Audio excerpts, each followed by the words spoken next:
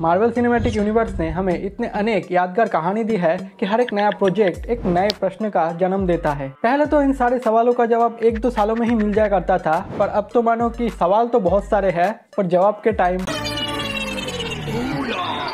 तो चलो इन सारे सवालों के गहराई में डुबकी लगाते हैं और शुरू करते हैं बिना कोई स्पॉइलर अलर्ट के। लोकी, जो एमसीयू का एक अनोखा और अनप्रेडिक्टेबल चरित्र है, उसने लोकी सीजन 2 के अंतिम क्षणों में सेक्रेट टाइमलाइन को अपने नियंत्रण में ले लिया। तो इस घटना से टीवीए या फिर टाइम वेरिएशन अथॉरिटी के रोल में अपने स्वाभाविक चरित्र से हटके कुछ करने का संकट मिला। फैक्ट यह है कि टीवीए का मूल उद्देश्य समय के प्रभाव को सही दिशा में बनाए रखना है, और लोकी सीरीज में हमें यह दृश्यमान हुआ कि टीवीए का नियम और उनका चरित्र अब नए चैलेंजेस का सामना करने के लिए खड़ा हो रहा है। तो अभी तक एमसीयू के सारे रिलीजेस से ये तो स्पष्ट होता है कि मल्टीवर्स के एक्सपेंशन के साथ टीवीए का रोल और भी महत्वपूर्ण बन जाएगा। मार्वल स्टूडियोज के कुछ ऑफिशियल स्टेटमेंट्स और इंटरव्यूज अनुसार आने वाले कुछ बड़े कॉस्मिक इवेंट्स जैसे कि एवेंजर्स सीक्रेट वॉर्स, टीवीए का डिसीजंस और लोकी का एक्शंस के प्रभाव पे पूरी कहानी पर असर डालेगा। मतलब टीवीए अब मल्टीवर्स का जो इशू है उन सबको भी एड्रेस करेगा, और ऊपर से लोकी ने अपने अस्तित्व की बलि चढ़ाकर सेक्रेट टाइमलाइन को संभाल लिया है। लेकिन लोकी का कैरेक्टर और एमसीयू में हमेशा ही अनप्रेडिक्टेबल रहा है,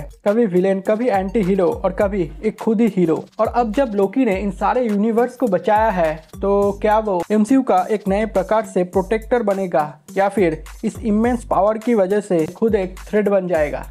एमसीयू के सबसे चर्चित विषय में से एक म्यूटेंट का प्रवेश। Doctor strange in the multiverse of madness में प्रोफेसर एक्स का कैमियो देखा गया, और अब डेडपूल एंड वुल्वरीन के रिलीज के बाद तो फैंस का एक्साइटमेंट और भी ज्यादा है। जहाँ पे मार्वल स्टूडियोज के कुछ इंटरव्यूज और ऑफिशियल अनाउंसमेंट्स पे जिक्र करे तो अपने फ्यूचर फेसेस के लिए एक्समैन के इंटीग्रेशन पर काम चालू है। लेकिन ये तो अभी भी एक राज है कि एमसीयू इन म्यूटेंट्स और एक्समैन को कैसे एमसीयू में ऑफिशियली अनाउंसमेंट करेगा। क्या ये एक मल्टीवर्स इवेंट के जरिए जहां रियलिटी शिफ्ट होगा, या फिर कोई ऐसा कैरेक्टर सामने आएगा जो म्यूटेंट्स के ओरिजिन का राज खोलेगा। जहां तक मेरा सोच है, क्योंकि एमसीयू के ज्यादातर प्रोजेक्ट्स इंटरकनेक्टेड होते हैं, तो वहां म्यूटेंट्स का एंट्री भी किसी बड़े प्लॉट ट्विस्ट का हिस्सा हो सकता है। अगर कुछ फैन स्पेकुलेशन की बात करें तो जब सीक्रेट वॉर्स में हर यूनिवर्स एक दूसरे से टकराएगा और नया एक यूनिवर्स बनाएगा, तभी म्यूटेंट्स का जन्म होगा। कॉमिक्स में भी मल्टीवर्स को इस कोलैप्स के होने के बाद नए कैरेक्टर्स का प्रवेश देखा गया था,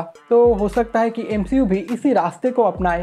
वांडा विजन में विजन के रूप में एक नई पहचान और उसके अस्तित्व के संघर्ष को दिखाया है। विजन का कैरेक्टर एक सिंथेटिक अवतार के रूप में बनाया गया था, जिसका मानव और मशीन के बीच संघर्ष करेगा। एंड सीरीज के एंड में दिखाया गया विजन का स्टोरी कैसे अभी अधूरा है। अब सबसे बड़ा सवाल यह है कि व्हाइट विजन का क्या हुआ। वांडा विजन की कहानी एक इमोशनल रोलर कोस्टर रहा है, पर जब से व्हाइट विजन का उसकी यादें वापस मिला, तब से वो कहानी दिखाई ही नहीं गया। क्या विजन अब वांडा के तलाश में है, या फिर वो अपनी पहचान और उद्देश्य को समझने में व्यस्त है। कॉमिक्स में भी ये सेम कहानी है, एंड एमसीयू में भी इस एंगल को एक्सप्लोर किया जा सकता है। हो सकता है कि विजन नए यंग एवेंजर्स के साथ जुड़कर उनके मेंटोर बन जाए, या फिर वांडा के वापस आने पर एक नए इमोशनल चैप्टर का हिस्सा बन जाए। ये भी संभावित है कि विजन की कहानी नए कॉस्मिक थ्रेट्स और इंटरनल कॉन्फ्लिक्ट्स के साथ इवॉल्व होगा। मार्वल के इंटरव्यूज से ये भी पता चलता है कि उनका प्लान है विजन के थ्रू एक ऐसा ब्रिज एस्टेब्लिश किया जाए जो पुराने और नए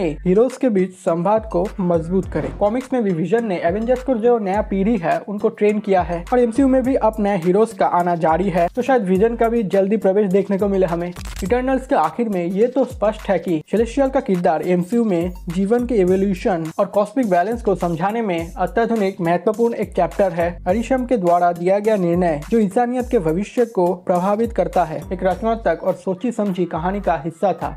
लेकिन अब तक एरिशम का एक्चुअल प्लान का जिक्र नहीं हुआ। क्या इटर्नल्स 2 में हमें सेलेस्टियल का अधिक समर्थन मिलेगा, या फिर सीक्रेट वॉर्स के द्वारा एक कॉस्मिक बैटल का पहला कदम होगा। ये गैलेक्टिस का भी प्रवेश का एक पहला कदम हो सकता है। यह दृश्य बताता है कि एमसीयू का कॉस्मिक नैरेटिव अब पहले से भी बहुत गहरा हो चुका है, और इसमें हर एक एलिमेंट, चाहे वो डिवाइन इंटरवेंशन हो या फिर कॉस्मिक जजमेंट, एक प्रत्यक्ष रूप से आगे बढ़ने वाला है। कॉमिक्स में सेलेस्टियल और गैलेक्टस के बीच में लड़ाई लेजेंडरी है। एमसीयू में भी यही कहानी का हिस्सा दिखाया जा सकता है, जहां गैलेक्टस एक प्राइमल शक्ति के रूप में प्रकट होगा और नए एवेंजर्स को उसका सामना करना पड़ेगा। फ्यूचर के एमसीयू प्रोजेक्ट्स जैसे कि एवेंजर्स सीक्रेट वॉर्स या फिर इटर्नल्स 2 में भी हमें इनका रोल स्पष्ट होगा। जैसे कि हम सभी देख रहे हैं कि एमसीयू में नए एवेंजर्स का तलाश जारी है। ओरिजिनल एवेंजर्स जैसे कि स्टीव रॉजर्स का रिटायरमेंट, टोनी स्टार्क का अंत और नताशा का उस बलिदान के बाद अब नए हीरोज का जरूरत है जो कि अगेन एमसीयू के कुछ नए मेन फेस बन सके, जहाँ पे सैम विल्सन या फिर फैल्कॉन का कैप्टन अमेरिका के रोल में फिट करना, केट बिशप का हॉकाई और कमला खान का मिस मार्वल बनना नए युग का संकेत देता है। मार्वल स्टूडियोज के प्लान से ये तो स्पष्ट है कि नए एवेंजर्स की टीम पुराने और नए चरित्रों को एक मिश्रण होगा, जिसमें हर एक किरदार को उनके इंडिविजुअल्स बैकग्राउंड के साथ आगे बढ़ाया जाएगा और इन नए हीरोज का इंट्रोडक्शन और डेवलपमेंट हमें यंग एवेंजर्स एंड थंडरबोल्ट जैसे प्रोजेक्ट्स में देखने को मिलेगा। कॉमिक्स में भी नए एवेंजर्स की टीम हमेशा नए और पुराने हीरोज का मिश्रण रहा है। एमसीयू नैरेटिव्स अब एक नए दौर में प्रवेश कर चुका है, जहाँ पे नए हीरोज का अस्तित्व और उनका कंट्रीब्यूशन एकदम डायरेक्ट रूप से दिखाया जाएगा। एमसीयू के ही ऐसे कुछ बड़े सवाल फैंस के मन में कई अनुमान और थ्योरीज का जन्म देता है, जो आज के वार्तालाप में हम इसमें से ही कुछ को कवर कर चुके हैं। बाकी और भी बहुत सारे हैं। बाकी आज का वार्तालाप यहीं पर था, और भी कुछ नए कंटेंट को देखते हैं। वीडियो आ जाएगा जल्दी ही।